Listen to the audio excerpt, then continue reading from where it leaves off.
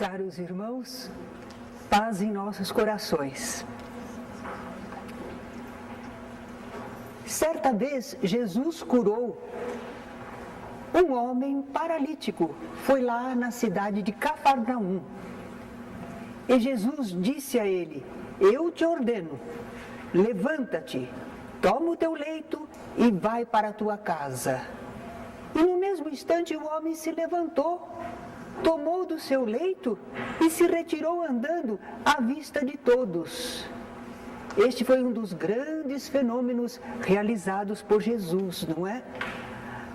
Embora muitos já saibam, convém a gente ressaltar que quando Jesus disse, toma o teu leito, não era uma cama como temos hoje. Eles se deitavam em tapetes, esteiras. Então, quando Jesus disse, toma o teu leito, quando eles levantavam, eles pegavam o tapete ou a esteira e enrolavam, punham embaixo do braço e saíam caminhando. Convém a gente comentar isso, porque senão dá uma impressão, né? Toma teu leito como, né? Agora, esse fato de Jesus curar um homem paralítico à vista de todos, com essas palavras, o homem atendeu e conseguiu caminhar de novo. Aquilo causou espanto e também alguns ficaram assim meio atemorizados. E eles diziam, jamais vimos coisa assim. Outros comentavam, hoje vimos prodígios. Então nós notamos como é que o povo falava naquela ocasião. Se fosse atualmente, como é que eles diriam? Milagre, milagre, não é? Mas não está escrito assim lá no Evangelho. E sim prodígios, coisas nunca vistas. Porque milagre vem do latim, mirare, olhar, admirar. Então era um fato, um fenômeno admirável. Era com esse sentido de coisa admirável, digna de ser vista, alguma coisa extraordinária, surpreendente. Mas na atualidade, como é que nós falamos? Falamos milagre, a maioria do povo não fala? Fala milagre. Por que será, hein? O que será que significa milagre atualmente? Qual é a influência? De onde vem essa ideia que nós vamos expor? É por causa da teologia predominante no país. E quando nós falamos isso, não estamos criticando, não. Nós estamos só verificando de onde vem essa ideia. Então, o catolicismo predomina. Mas também entre os evangélicos, eles também falam milagre, não falam? Qual é o sentido de milagre atualmente? Saberiam vocês dizer? É um fato sobrenatural. Sobrenatural? Porque está fora, está além da natureza. Sobrenatural. E também tem que ser inusitado, quer dizer, não costuma acontecer. E tem que ser também inexplicável, porque se a gente puder explicar, já não é um milagre. Já é um fenômeno, corresponde a certas leis. O milagre é uma derogação das leis da natureza. Uma derogação das leis da natureza, uma mudança das leis da natureza. Neste momento me recordei daquele filme brasileiro, nacional, e o filme diz assim, Deus é brasileiro. E aquele que interpretava Deus é um simbolismo, é uma paródia, não é? Então ele diz assim, não gosto de fazer milagre, porque se eu faço um milagre, eu tenho que sair atrás corrigindo tudo que modifica. Sim, porque você se muda uma lei da natureza, todas as leis da natureza estão encadeadas entre si, mudou aqui, tem que sair correndo e consertando tudo, não é? Por isso ele dizia que não gostava de fazer milagres. Uma derogação das leis da natureza seria assim. E por que Deus estaria modificando as suas próprias leis? Deus estaria dando uma mostra do seu poder. O que Ele pode fazer, Ele é poderoso. Se Ele quiser, Ele faz. Mas nós não duvidamos de que Deus possa fazer coisas assim. Mas nós perguntamos, será que Ele faz? Será que Deus derroga as suas próprias leis, anula as suas próprias leis da natureza? Ele não fez tudo perfeito. Tudo que Deus faz é perfeito. Não precisa ser modificado. Não precisa improvisação. Isso eu me esqueci de fazer. Não tem isso. Na obra divina está tudo previsto, tudo providenciado. Às vezes a gente diz, não, mas isso não está providenciado. Está providenciado que nós podemos fazer alguma coisa que vai dar naquele resultado. Nós mesmos somos instrumentos da ação divina, não é? Nós achamos que a demonstração maior da grandeza de Deus, da sabedoria e poder do Criador, não estaria em fazer milagres, mudanças nas leis da natureza. Não.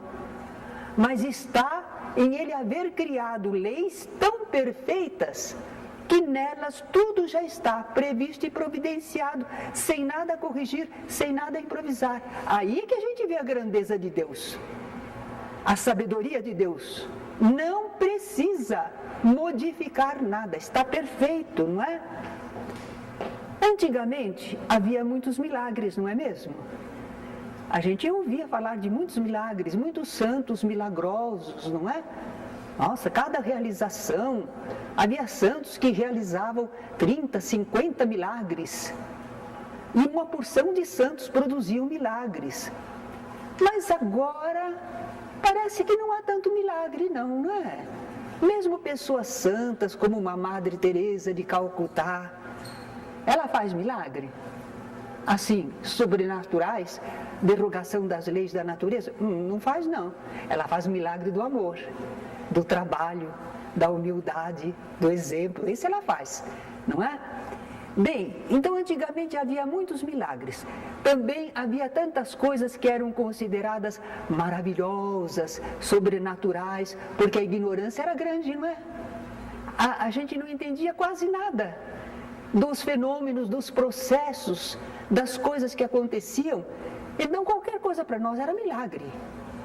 Hoje a gente fala de genes, a gente fala de inseminação artificial, a gente fala disso, daquilo outro, e nós sabemos que é natural. Mas se fosse antigamente, o médico fez um milagre, aquele cientista conseguiu fazer com que aquele casal tivesse filhos. Eles não podiam ter filhos, mas aquele cientista conseguiu, milagre, não é? Nós pensávamos assim. Alguns daqueles chamados milagres nem eram fatos reais, não tinham acontecido, mas a crendice, a superstição, não é? Às vezes não tinha um fundamento não, mas o povo acreditava. Agora, outros eram fenômenos verdadeiros, eram fatos naturais, mas eram considerados milagres porque estavam mal explicados. Ou então as suas causas eram desconhecidas ainda. Na história do Brasil, quando os bandeirantes começaram a se aprofundar pelos sertões, houve o Bartolomeu Dias de Bueno. Ele encontrou uns índios, eu acho que eram os goitacazes, não estou bem certa, que eles se enfeitavam com lâminas de ouro. E o bandeirante queria que eles dissessem onde é que estava o ouro, mas eles não diziam. Não sei, talvez eles consideravam aquilo sagrado para eles, não é? Não queriam dizer, os índios não queriam dizer. Mas esse bandeirantes mandou vir assim uma cuia e derramou um líquido límpido, transparente na cuia. E ameaçou os índios, se vocês não disserem onde está esse ouro, eu vou queimar as águas dos rios todos, como eu faço agora com esta água. E pôs fogo, e a água pegou fogo.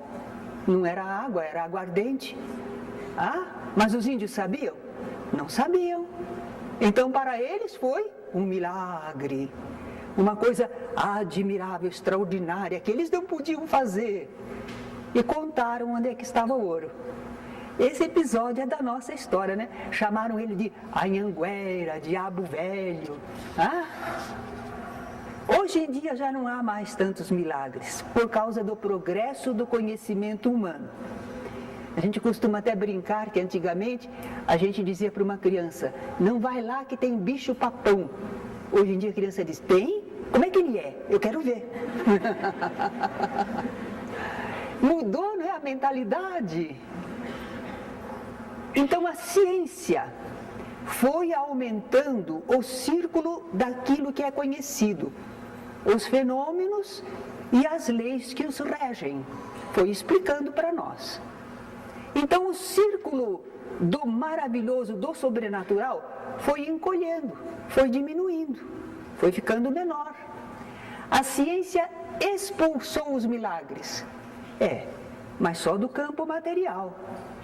Porque ela só admite a matéria, então somente na matéria a ciência investiga, mede, avalia e explica fenômenos, ou diz se esses fenômenos são impossíveis. Mas a ciência ainda não explorou todo o vasto campo da vida. A vida não é só matéria. Nós temos o lado material e o lado espiritual. E no lado espiritual, a ciência ainda não adentrou, né?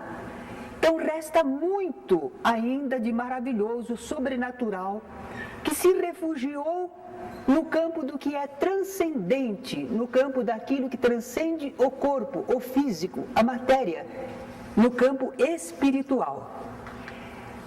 E há algumas pesquisas modernas que tentam assim chegar a esse campo. Quem sabe? Eles estão tentando ampliar as investigações para aquilo que a gente considera de domínio espiritual. Então temos a parapsicologia, além da psicologia, né? O que é que ela estuda? Ela pesquisa fatos inusitados, não são costumeiros esses fatos.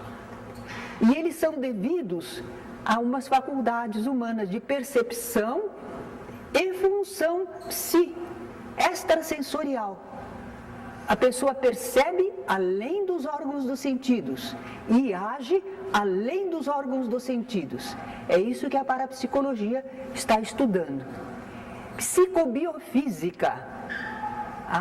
É uma outra ciência iniciante. Ela quer conhecer as relações que existem entre os fenômenos psíquicos, biológicos e físicos, tendo por centro o ser humano. Não está estudando isso nos animais, está estudando no ser humano. Psicotrônica é outra ciência que se esboça, está fazendo o estudo e aproveitamento de uma energia que é chamada energia vital, energia bioplasmática.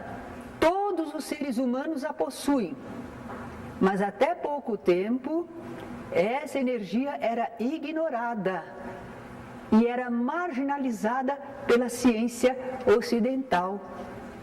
Não se falava nisso. Agora já se pode falar.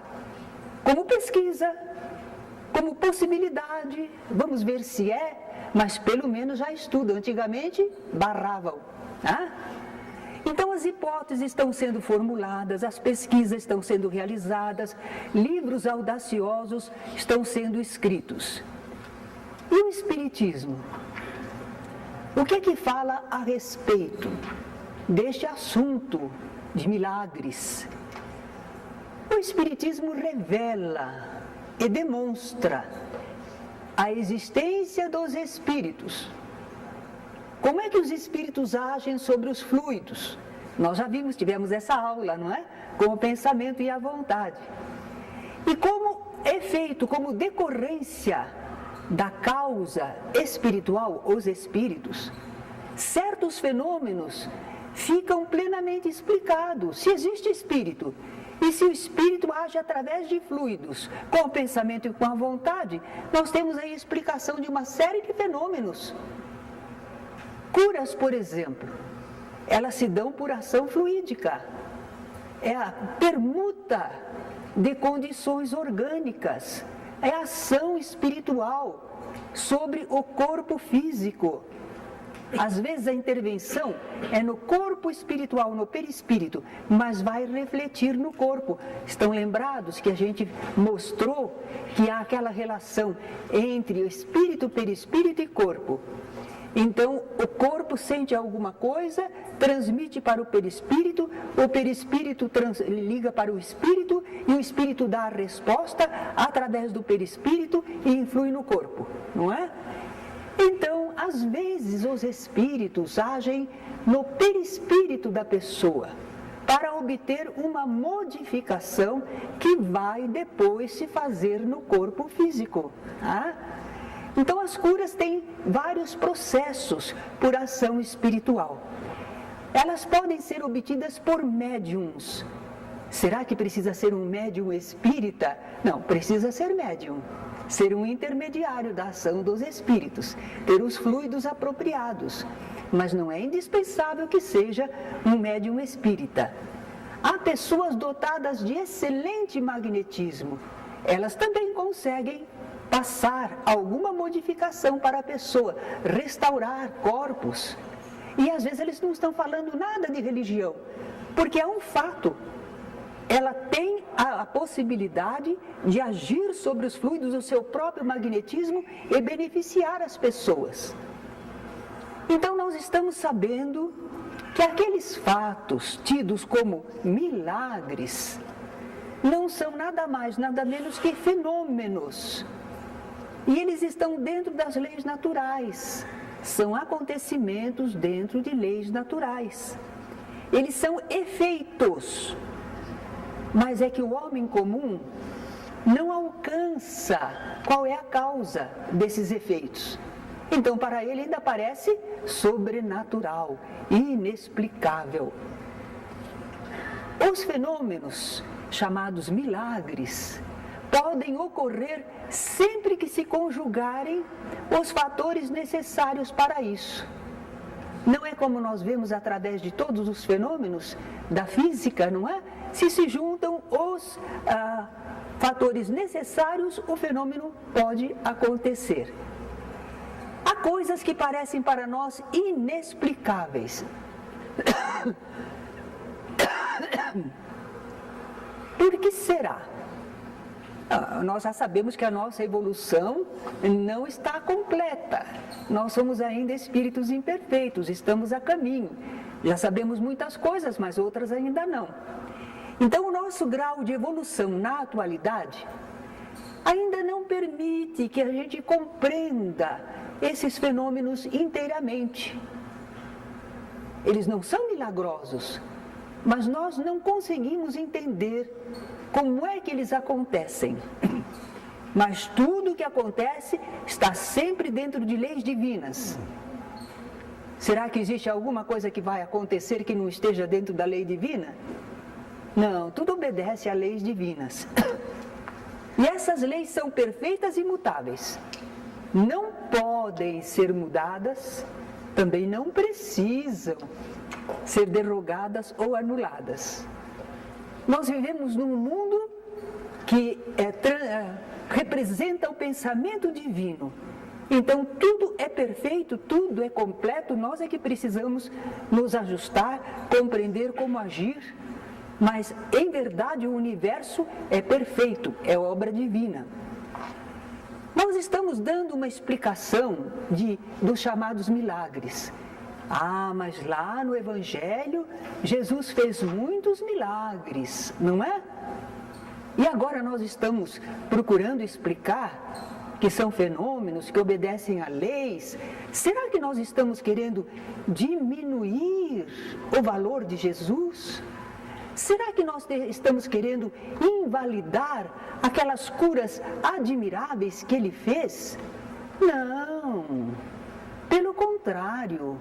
Quando nós aprendemos no Espiritismo como é que os fenômenos acontecem, nós começamos a admirar mais Jesus. Jesus se engrandece diante dos nossos olhos, porque não é mais história da carochinha, não é mais uma coisa lendária, são fatos. E para Jesus poder acionar desse modo as leis divinas e conseguir aqueles efeitos admiráveis, Jesus precisava ter alto grau de sabedoria e capacidade de ação. A gente vê Jesus engrandecido. Não é porque a gente entende como acontece que Jesus fica diminuído, não. Pelo contrário, a gente o admira mais ainda. Jesus realizava coisas extraordinárias. Era devido à sua grande evolução espiritual. Ele sabia, ele entendia, ele conhecia. E ele tinha os fluidos apropriados. Uma vontade poderosa, bem dirigida. Mas Jesus afirmou assim: aquele que crê em mim fará também as obras que eu faço, e outras maiores fará, porque eu vou para junto do Pai. Ora, Jesus está dizendo que se a gente crer em Jesus, e crer em Jesus o que é? É entender a pregação dele, os objetivos, as leis que ele está informando, como é que as coisas acontecem.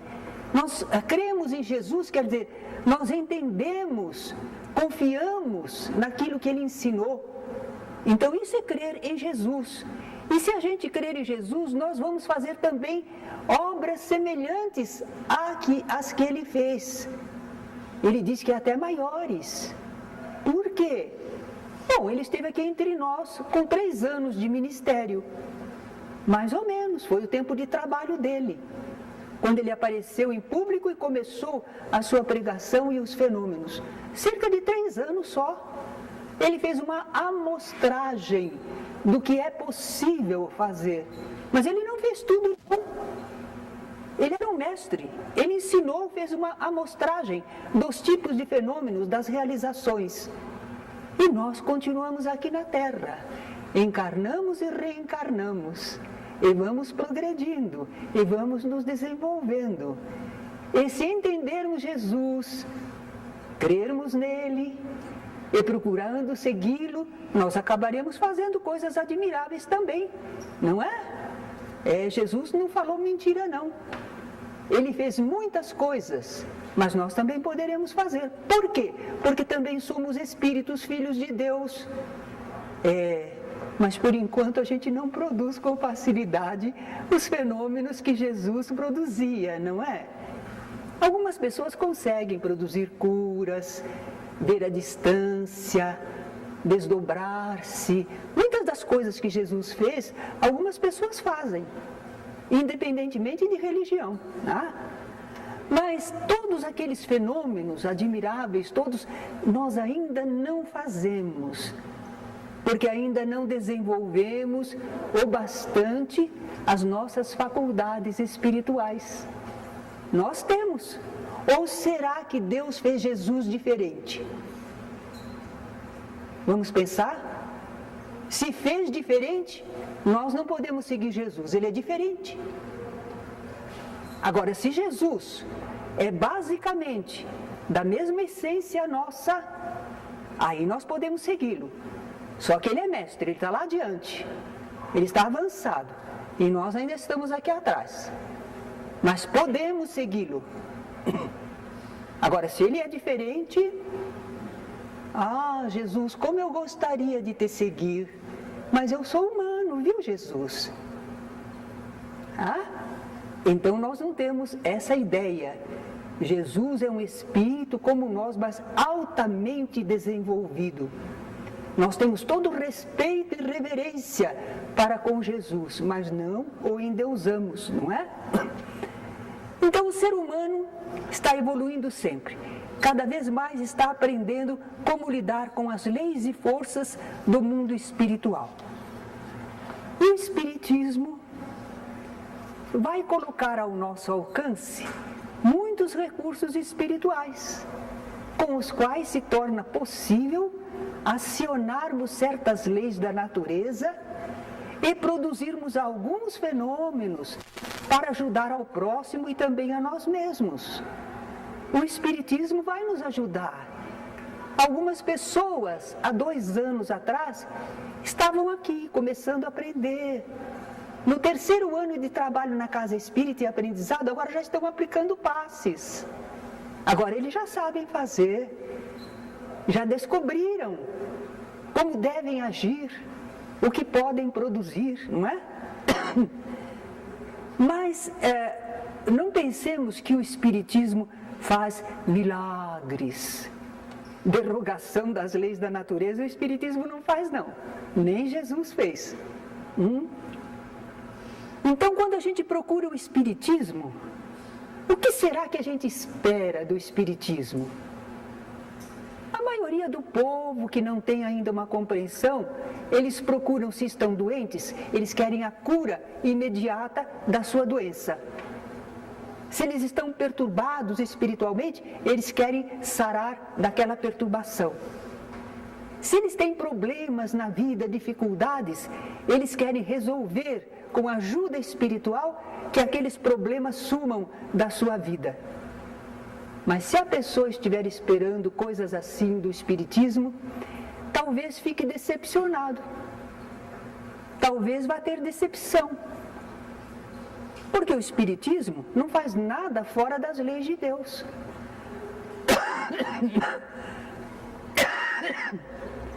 Nós sabemos que somente se realiza aquilo que está dentro das leis divinas.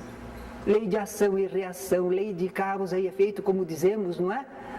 Livre-arbítrio, determinismo, evolução, reencarnação, influência espiritual, tudo isso são leis divinas.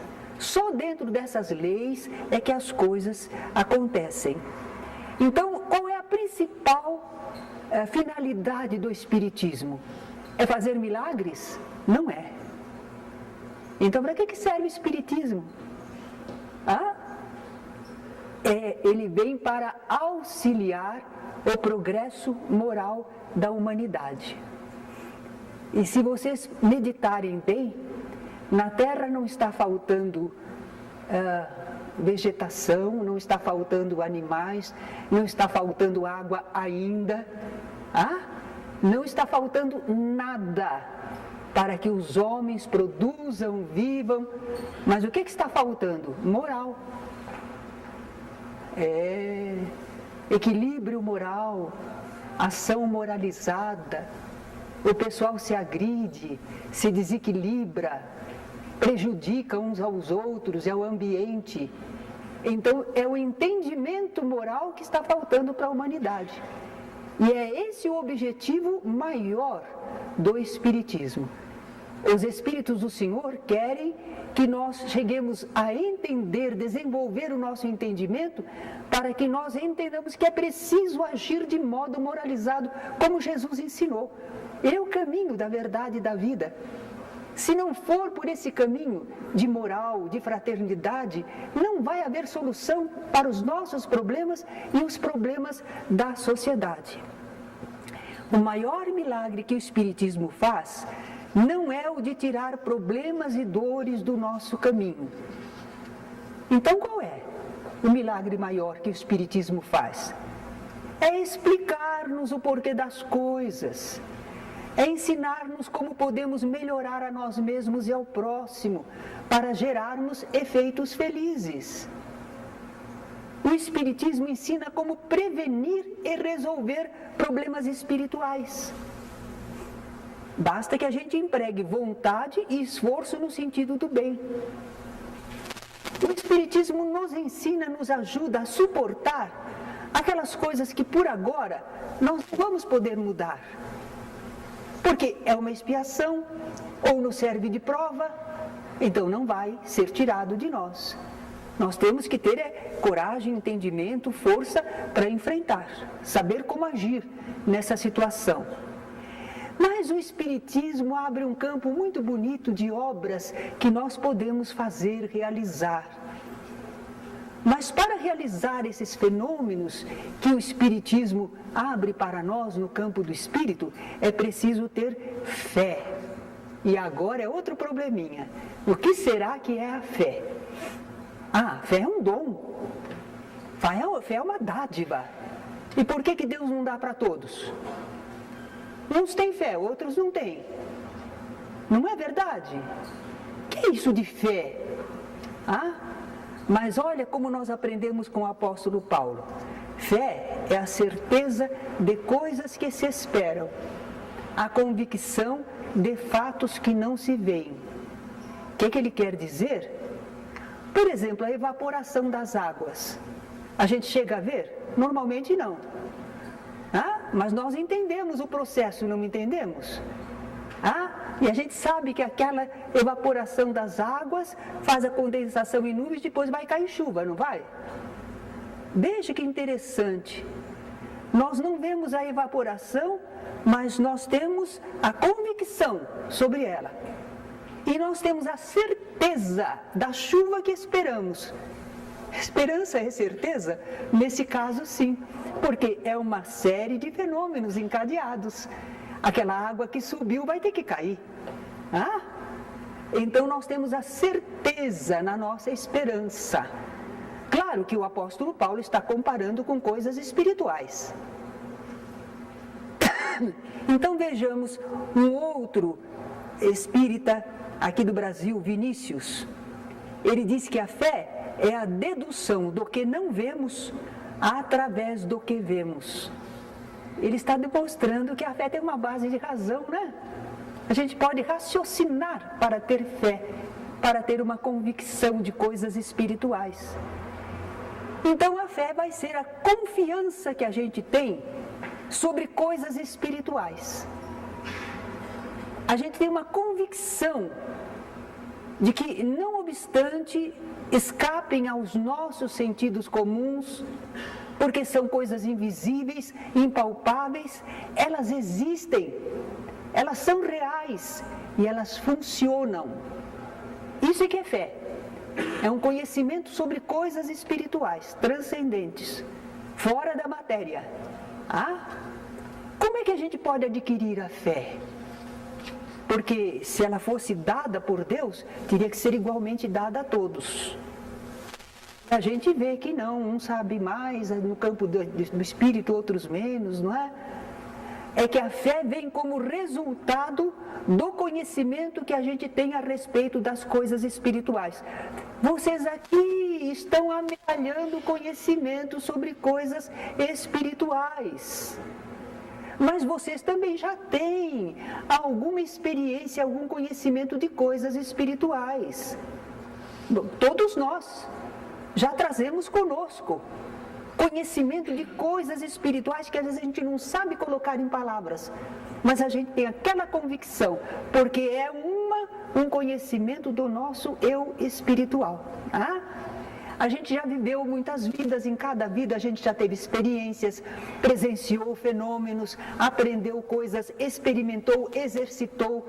Tudo isso é cabedal nosso, está conosco. Só que em algumas pessoas já há mais cabedal, em outras há menos. Então as pessoas não têm fé igualmente, porque não têm experiência e conhecimento espiritual de modo igual. Então a fé não é igual em todos. Mas nós podemos adquirir fé. Os apóstolos certa vez pediram a Jesus: Senhor, aumenta-nos a fé. Como será que Jesus podia aumentar a fé nos seus discípulos? O que será que ele podia fazer? Ele demonstrava e ensinava. Ele falava, explicava como as coisas funcionavam e fazia demonstrações com os fenômenos, como é que produzia. E aí cada um deles observava, pensava, entendia, assimilava.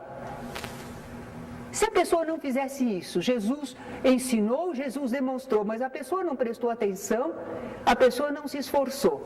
Então ela não aprendeu, ela não entendeu, ela não vivenciou. Iria ficar fé diferente. Uns presenciaram os fenômenos realizados por Jesus e entenderam, compreenderam, cresceram no conhecimento, aumentou a sua fé. Outros observaram, será que isso é ilusão? Será que ele está enganando a gente? será que não sei o quê? Mas não era isso que eu queria que ele me ajudasse no meu problema. Então, essa pessoa não cresceu na fé. Então, nós podemos crescer na fé, observando os fenômenos diretamente, os fenômenos espirituais. Alguns são objetivos, outros são subjetivos, mas são fenômenos. Às vezes ocorrem conosco mesmo, às vezes ocorrem com outras pessoas, mas nós presenciamos. Nós vemos uma pessoa ficar envolvida por um espírito, como ela age, o que sente, o que fala. Então nós estamos aprendendo também. E nós podemos raciocinar sobre os fenômenos da vida universal. Por quê? Para quê? Como? Porque nós queremos deduzir desses fatos as leis que transcendem aos nossos sentidos. Como é que as coisas acontecem? O que é que aconteceu? O que é que produziu isto? Então, algumas informações sobre as realidades espirituais também nos podem ser dadas por outras pessoas, encarnados ou não, espíritos ou pessoas aqui deste mundo. Há pessoas que nos merecem confiança e respeito. Nós reconhecemos a sabedoria e a autoridade moral dessa pessoa. Então, conforme ela narra experiências, acontecimentos, nós temos confiança. Nós aprendemos com ela. Mas nós não vimos o fenômeno? Jesus disse, bem-aventurado que não viu e creu. Não foi o que ele falou para Tomé? Por quê? Os companheiros dele, Tomé, tinham presenciado e contaram para ele. E Jesus tinha realizado tantas coisas admiráveis, mas Tomé disse, se eu não tocar nas chagas dele, eu não creio. Não adiantou testemunho de ninguém. Também não sejamos assim, não é? Não sejamos crédulos, mas também não sejamos descrentes.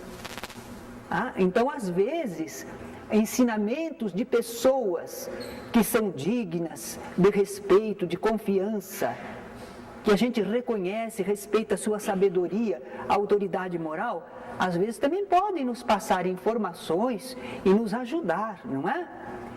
Bem, nós estamos falando de fé, conhecimento espiritual. Olha lá, olha que definição diferente. Fé é conhecimento de coisas espirituais. E essa fé, ela constitui ponto de apoio indispensável para a ação espiritual. Se você não crê em alguma coisa, você não age de acordo. Eu vou orar. Por quê? Se eu não creio que eu falando, eu alcanço regiões maiores, espíritos que possam me responder, se eu não acredito que há camadas de ondas mentais, de energias com as quais eu posso contatar, se eu não creio, o que é que eu vou orar? Não dá para orar. A oração é essa elevação do pensamento e contatar, né? Jesus dizia frequentemente, a tua fé te salvou. Interessante, ele podia realizar tantas coisas, beneficiava as pessoas, mas quando ele beneficiava, ele não dizia, eu te curei, a tua fé te salvou. Porque a pessoa tinha aquela convicção, aquela busca, aquela confiança, e esse ponto era importante para ver a transmissão e recepção das energias de Jesus, não é? Então a fé deve levar à ação. Se a fé não leva à ação, o que ela fica sendo? É um conhecimento espiritual? Mas é inoperante, não age. Então Tiago escreveu na sua carta, a fé sem obras é morta. É um conhecimento espiritual parado, não produz nada. Então a nossa fé tem que entrar em ação. Se a gente crê na bondade, se a gente crê na vida espiritual, nós temos que agir de acordo. Senão não valeu nada. Está morta a nossa fé, não é? À luz da doutrina espírita, nós falamos fé raciocinada. Isto era um absurdo antigamente. Eles diziam, razão é uma coisa, fé é outra. Bem, o Espiritismo mostra que a fé é um conhecimento e que, portanto, a razão deve funcionar aí, não é? Então, para levar a ação acertada, a fé tem que ser raciocinada, esclarecida, bem fundamentada. Que adianta a gente pensar que vai impedir alguém de morrer só porque a gente está orando? Não, Deus é bom, eu estou orando. Me perdoe, não quero criticar, mas é apenas para a gente entender como as pessoas não alcançam o que realmente funciona ou não. Uma senhora com os pulmões já desfeitos pelo câncer, fase final, o pessoal foi lá com uma vela enorme e disseram que eles iam orar o tempo inteiro, até acabar a vela. E antes de acabar a vela, a mulher ficaria boa, porque eles tinham fé e estavam orando e estavam rogando a Deus. Bom, a intenção era boa, a convicção deles era grande, mas não correspondia a uma realidade, não correspondia a um programa divino, a uma lei, né? No caso daquela senhora, não era mais para restaurar. Ela já estava realmente, o corpo já ia perder toda a vitalidade e o espírito ia se liberar. Mas as pessoas pensavam que podiam mudar as leis só porque estavam orando prolongadamente. Então nós estamos aprendendo que não é assim, né? A fé tem que ser algo raciocinado que permita entender quem somos, de onde viemos, porque estamos no mundo, para onde iremos após a morte. É esse conhecimento espiritual a fé pode nos dar. Somos espíritos, filhos de Deus, viemos do plano espiritual, estamos encarnados aqui para progredir, até retornarmos ao plano de onde viemos. A fé precisa nos mostrar que podemos agir sobre coisas e seres e como devemos fazê-lo, até quando devemos fazê-lo. Tem que ser uma fé que nos leve a querer fazer o bem. Por que fazer o bem? Porque é o único caminho bom para todos. O bem é bom para todos. O mal não é bom para ninguém, nem para aquele que o faz, porque acarreta consequências dolorosas. Então essa compreensão, é essa fé que tem essa compreensão que nos leva a fazer o bem. Mesmo que as pessoas sejam ingratas, mesmo que não reconheçam, mas nós sabemos que é o melhor, então fazemos. A fé precisa nos assegurar amparo e auxílio divinos para as nossas boas realizações espirituais. Olha, nós contamos com o amparo de Jesus, dos bons espíritos, desses emissários do Senhor junto a nós. A fé é para nos dar coragem para perseverar no esforço de evolução na prática do bem, porque nós temos a certeza de que vamos alcançar resultados satisfatórios. Nós não estamos discutindo se agora ou depois na imortalidade, mas que nós vamos conseguir os efeitos satisfatórios, nós temos a certeza, por isso perseveramos, não é? Uma fé assim, essa transporta montanhas, faz suportar sofrimentos, superar dificuldades, transformar situações e pessoas. Alguns pais e mães conseguiram modificar para melhor seus filhos. Foi uma luta, foi uma batalha, levou uma vida, mas conseguiram, certo? E a nossa fé, como é que está? Porque nós estamos vendo aí sobre a fé, mas nós temos fé. A nossa fé parece que é pequenininha ainda, não é? Menor que um grão de mostarda, nem é muito pequena. Mas nós já conhecemos alguma coisa da vida espiritual. E com essa fé, embora pequena, nós já temos conseguido realizar alguma coisa. Se eu fizesse uma enquete aqui, perguntaríamos: quem conseguiu superar uma dificuldade pela sua fé? Muitos levantariam a mão. Eu consegui. Suportar uma situação. Se não fosse a minha fé. Mas a fé pode crescer. Se ela é conhecimento, ela não é estática, ela pode crescer. Então a gente vai cultivar o conhecimento espiritual, estudo, observação das coisas, exercício das faculdades espirituais. Então o nosso conhecimento espiritual, a nossa fé vai crescer e vai nos permitir fazer coisas mais difíceis e importantes. Talvez que um dia a gente até se admire, como eu consegui? A fé nos sustentou, o conhecimento espiritual nos sustentou. Então tenhamos fé em Deus. Sua bondade e poder são infinitos. Ele não deixa nenhuma de suas criaturas ao abandono.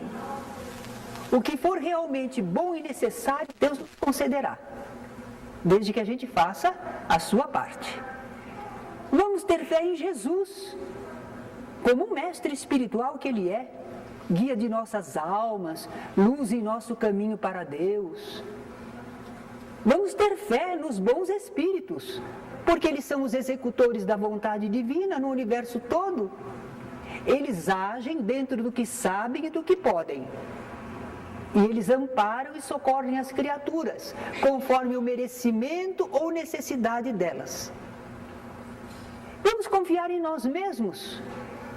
Não somos filhos de Deus? Então temos forças, possibilidades. Agora, mesmo que um dia nós venhamos a fazer maravilhas com a nossa fé, vamos lembrar Tiago: toda boa dádiva e todo dom perfeito vem do alto. Os médiuns espíritas, mesmo quando conseguem realizar alguma coisa muito importante, e as pessoas vêm para ele: eu lhe agradeço, você nos salvou, você curou, você fez, você aconteceu. O médium espírita sempre vai responder assim com Tiago: toda boa dádiva e todo o dom perfeito vem do alto. É porque Deus concedeu. Senão, não, nós somos só instrumentos. Jesus também aconselhava na parábola dos servos inúteis. Eles, quando vocês tiverem feito tudo o que foi ordenado, vocês digam assim: somos servos inúteis, fizemos somente o que devíamos fazer. A gente não entende isso, né, no começo, né? Como? Você se devotou, você realizou, você fez. Somos servos inúteis, fizemos somente o que devíamos fazer. Fizemos porque Deus nos deu a condição, fizemos porque era nosso dever, fizemos porque nós já usufruímos os resultados, não fizemos mais do que a nossa obrigação. Né? E ante os mais admiráveis feitos de qualquer pessoa, não vamos endeusar as pessoas, hein? Ainda hoje a gente tem visto o pessoal, o médium falou, está falado. Não, tem que analisar. O médium é intermediário, o espírito é gente como nós. Então, ainda que alguém realize admiráveis feitos, nós vamos aprender com o povo judeu. Quando eles viram Jesus curando o paralítico, o que eles fizeram? Deram glórias a Deus que concedera tal poder aos homens. Jesus também recebeu de Deus. Então, a exaltação, o nosso agradecimento é ao Criador. Louvado seja Deus, graças a Deus. Certo? Alguma perguntinha? Temos um tempinho. Sim.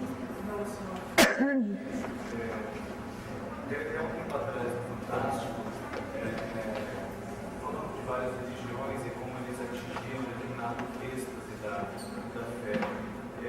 Pessoas que no meio de uma oração choram ou dizem idiomas diferentes. O que seria isso? Um estado avançado da fé?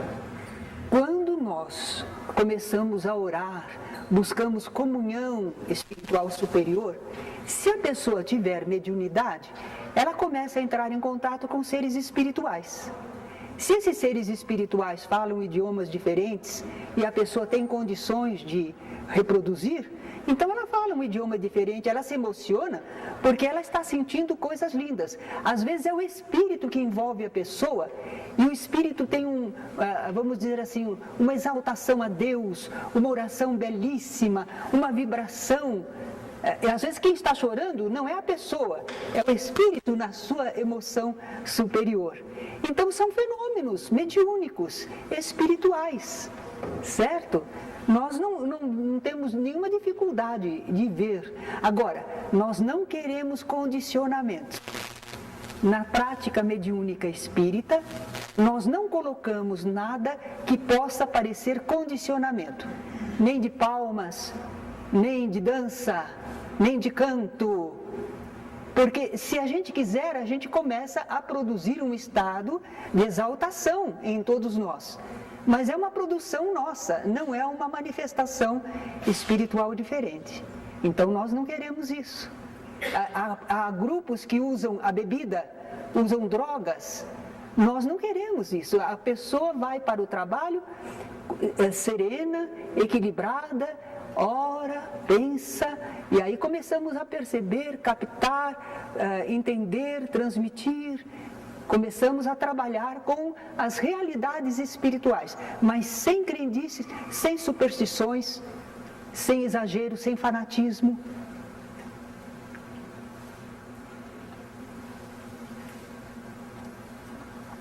Até algumas pessoas não gostam, porque é tão simples. Você veja, o nosso salão tem alguma coisa que induza a um estado de exaltação? E também no modo como falamos, é aquela lavagem cerebral? Também não é. É raciocínio, troca de ideias, informações. Então é diferente. O objetivo do Espiritismo é que cada um de nós entenda, busque, experimente, viva as suas possibilidades espirituais. Não tem mais perguntinha, não? Ou não? Já que ninguém pergunta, pergunta você. Você estava falando sobre os vários estudos que está se realizando para a psicologia, para a psicofísica. Sim. Enfim, eu já li alguma coisa a respeito na época de colegial e fiquei decepcionadíssimo que a ciência em si não considera esses estudos como ciência. Sim. Sim, eles ainda não consideram. Por isso que nós dissemos, são ciências iniciantes. São as primeiras tentativas de pesquisa, não é? Mas a ciência, segundo eu entendi, me comentaram que eu não sou cientista, mas eles disseram assim, que para a ciência o fato tem que ser experimentado à vontade do experimentador, para ele repetir a experiência e chegar a tirar as suas deduções, formular as suas teses, experimentar. Ora, se você vai lidar com coisas espirituais, você não controla. São seres vivos, independentes, você não controla. Você não pode, nós não podemos apresentar para as pessoas um curso de espiritismo na parte prática que mostrasse assim, olha, hoje nós vamos mostrar para vocês um espírito simples, pronto, olha aqui o espírito. No dia seguinte a gente dizia, olha, agora a aula de hoje vai mostrar como esse espírito está agindo sobre a pessoa tal. Nós não temos isso, certo? Nós fazemos o grupo no 2º ano, vocês vão ter os exercícios, e a gente roga a Deus, orienta um pouco as pessoas, e ficamos aguardando para ver quem sente o quê. E aí, conforme o que sente, é que a gente vai tentar, a gente está garimpando, não é? E encontra a pepita.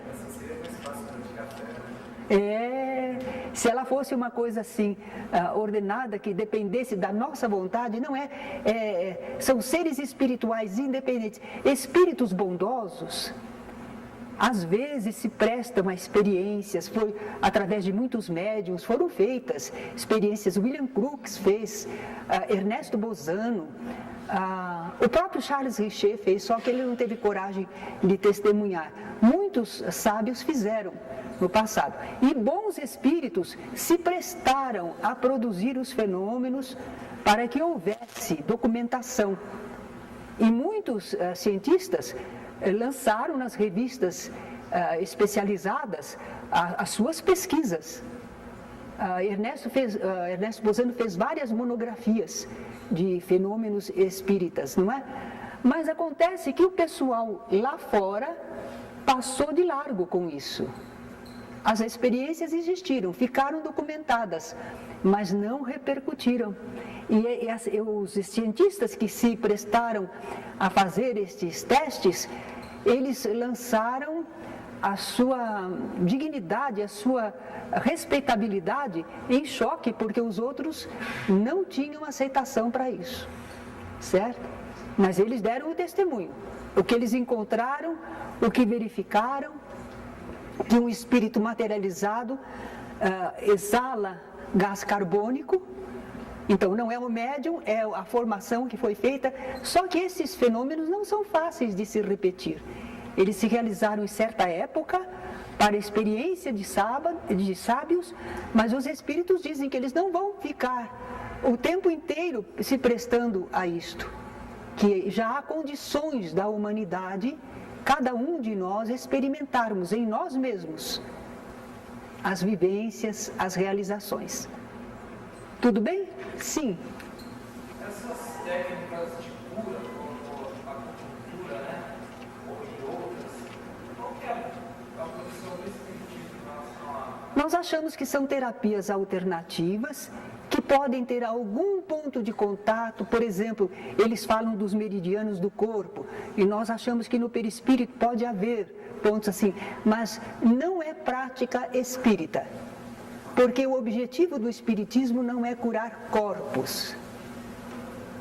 Se você orienta a pessoa e trabalha com a pessoa, ela se equilibra.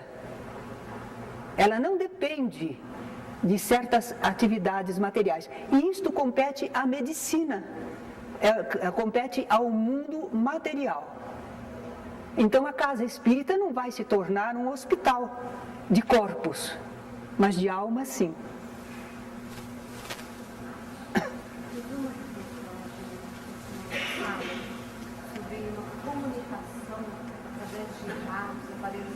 Aparelhos, a comunicação através de aparelhos. São tentativas, ainda não são perfeitas, é uma experiência válida. Thomas Edison tinha o desejo, ele estava trabalhando em coisa assim, ele achava que ele poderia visualizar o mundo espiritual com algum aparelho. Então a gente chama isso de transcomunicação instrumental, TCI. Há tentativas. Começou com os do Jürgensen, que o Papa reconheceu, não é? Mas ele não fez por querer, ele gravava vozes de pássaros, e quando ele foi observar a gravação, tinha pessoas falando, e ali no campo não tinha ninguém falando.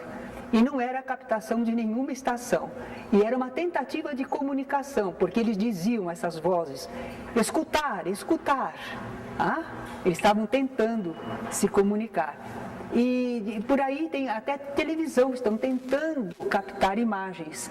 Mas é muito difícil, o nosso desenvolvimento ainda não é suficiente, tecnológico, de conhecimento, não é suficiente. Eles conseguem alguma coisa, mas não é convincente para todos. Certo? Obrigada.